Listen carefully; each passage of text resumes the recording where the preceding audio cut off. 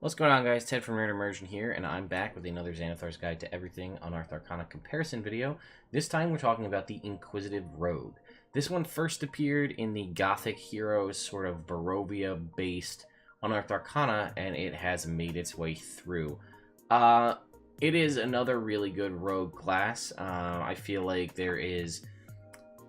rogues have gotten a lot of love in subclass support by having already had 2 published for a total of 5, and now they get 2 additional. And 2 of those originals were reprinted from Sword Coast Adventures Guide into Xanathar's. But Inquisitive is new for this, so let's go ahead and let's take a look here.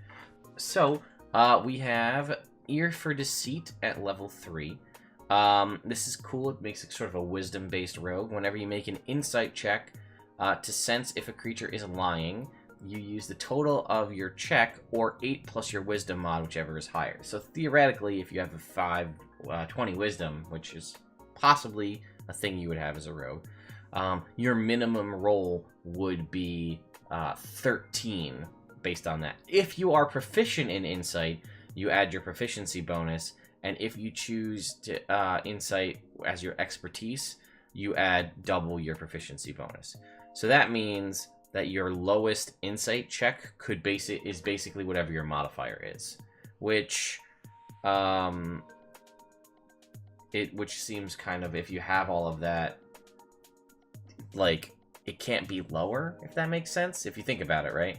So let's say you do have expertise. Let's say you're level 13, so your modifier, your proficiency bonus is a 5. 5, you have expertise in it, it's double, it's 5. Let's say you have a 20 wisdom, that's 15. And then plus 8 is 23. So your minimum number is 23, whereas your base number would be 15 to a potential 35. Like, it seems a little redundant, but hey, you know, I mean, whatever it is. I guess it's sort of similar to the Barbarian's later ability, where if they make a strength check that is less than their strength score, they can use their strength score instead. Either way, still a powerful ability. Let's see if we got the same thing here. So, Ear for Deceit. Whenever you make a Wisdom Insight check when a creature is lying, treat any roll of 7 or lower on the d20 as an 8. So that is arguably much more balanced, whereas we just saw the example I get, while admittedly is probably a little extreme. At level 13, your minimum roll would be a 23? But then again, think about it as a rogue, at level 11, you get Reliable Talent, which negates this. Reliable Talent is anytime you make a roll with a skill in which you add your proficiency bonus, you your minimum, any roll of less than a 9 or less on a die roll is a 10. So presumably, since most of your class things are sort of based off insight, one would assume that you have proficiency in insight. As such, at level 11, if you roll less than a 9 on the die, it becomes 10. So this rolling 7 or lower becoming an 8 is only useful to level 11. Arguably a lot more balanced, and makes a 3-level rogue dip a lot more useful if you're planning on using your insight abilities for that. So there's that, multi-class dip. But I feel like it does sort of get redundant, although I will admit that I think this is way too strong. Eye for Detail. You can use your cunning action, a bonus action from your cunning action, to make a perception check to spot a hidden creature or object, or an investigation check to uncover and decipher clues, or to use insightful fighting, which we'll learn about in a second. I think that's exactly the same. Use a bonus action to make a perception check or an investigation check. Then insightful fighting was here as an action or a bonus action using eye detail, but I think that got changed. You may make a wisdom insight check against a creature that you see that isn't incapacitated, opposed by their deception check. If you succeed, you can use sneak attack against that creature even if you don't have advantage on them, or if there's no other ally within 5 feet. Let's see. Even if you do not have advantage against it, or if no enemy of the target is within 5 feet. Yeah.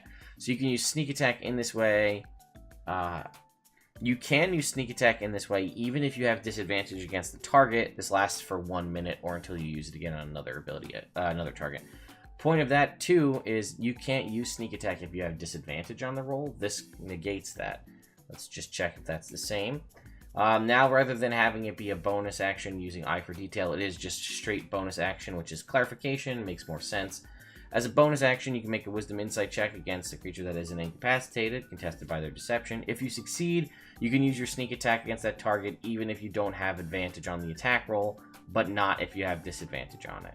The benefit lasts for a minute, so they remove that to make it more in line with a lot of the other abilities. So it's not as strong as it was, but it's still useful, and the wording of making it a bonus action clarifies a lot.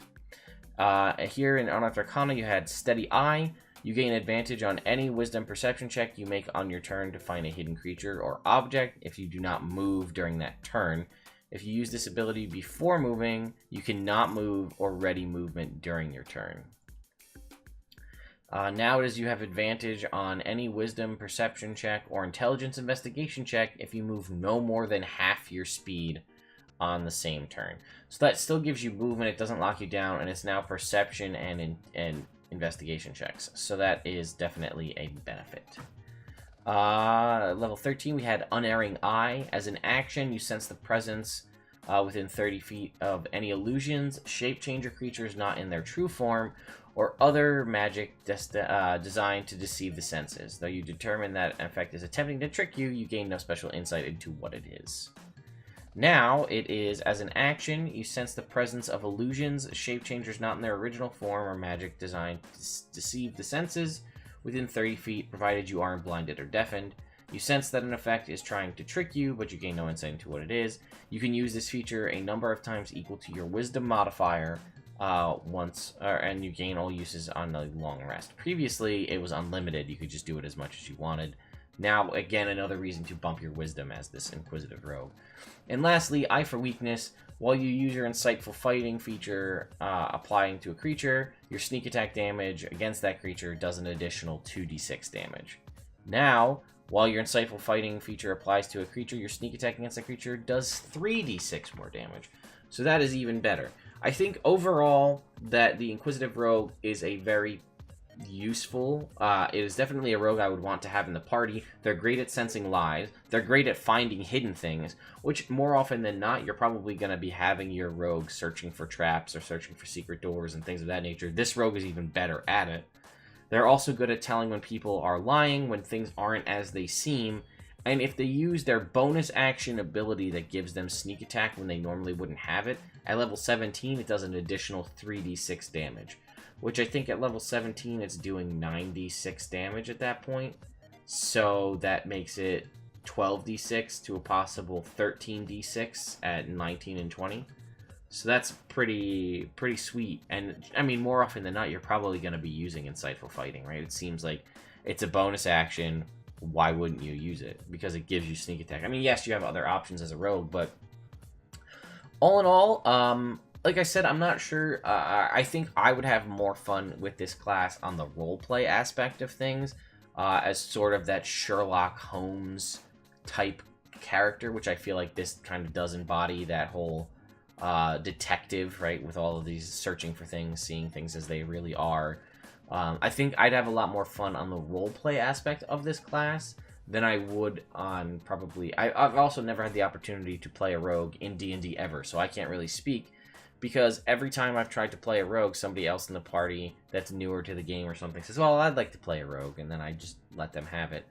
But I think the Scout Rogue, which we'll talk about in a couple days here, was the one for me. But all in all, this is a solid class all around. I would recommend if you were looking for a new rogue to play or you weren't sure and you didn't like any of the Player's Handbook ones, I think that this one's really strong. And a lot of the abilities are nice abilities that are sort of always on things, and very few of them are limited resource, the only one being that searching for illusions.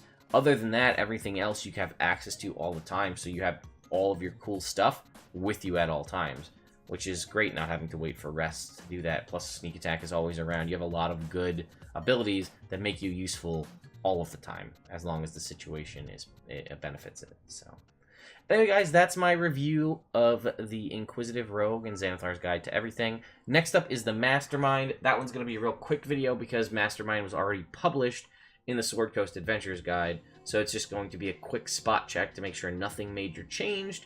And then just more or less to make you guys aware of what it is. But this will be a quick one, and then we'll jump into the next one after that. So thank you guys for all the support and coming out and checking out all of these videos. And this lengthy process of going through all of these. I'm sorry the videos have been coming out slower than they were before. It was just the first day I happened to have off, and I banged out like 13 videos in one day so I could just edit them all at once. Now I'm sort of filming them as I go. So, anyway, guys, hope you enjoyed it, and I'll see you next time.